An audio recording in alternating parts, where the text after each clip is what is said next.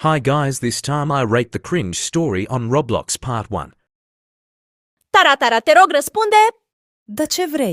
Haide să ne jucăm MMN2. Nu, așa apropo, trebuie să-mi spun ceva. Nu mai vreau să fim prieteni. Așa că nu mai am nevoie de tine. Nu-mi vine să cred că m-a lăsat balta. O să-mi caut alți prieteni. Abi, vrei să îți dau și Robux? Da, Poftim. mulțumesc. O să-mi schimb acum avatarul. Ai dori să te adaug în grupul meu? Sigur. Partea 2? No.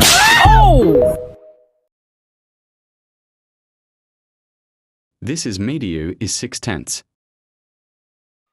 Ok, acum că l-am ascuns, aia e mașina mamei! Aoleu, ne părește morcovul ăla de sormea! Ce facem? Dacă găsesc cadavrul? Aoleu, e numai vina mea!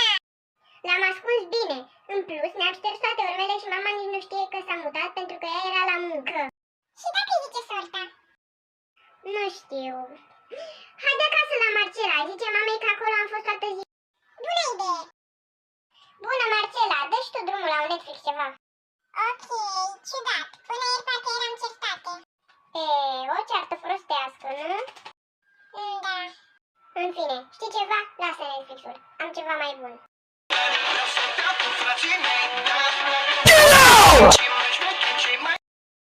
This was so cringy.